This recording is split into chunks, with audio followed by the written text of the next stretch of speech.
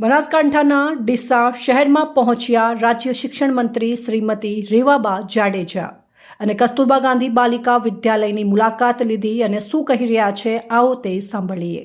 આજે બનાસકાંઠાના ડીસામાં એક અંગત કાર્યક્રમ અંતર્ગત આવવાનું થયું। જ્યારે આ પ્રકારના કાર્યક્રમો થતા હોય ત્યારે ત્યાં લોકલ લેવલે કેજીબીવી હોય કે મોડલ સ્કૂલ હોય અથવા તો પછી સરકારી શાળા હોય તેની હું મુલાકાત લેતી હોઉં છું। તો આજે ડીસાની કેજીબીવીમાં મુલાકાત લેવાની થઈ।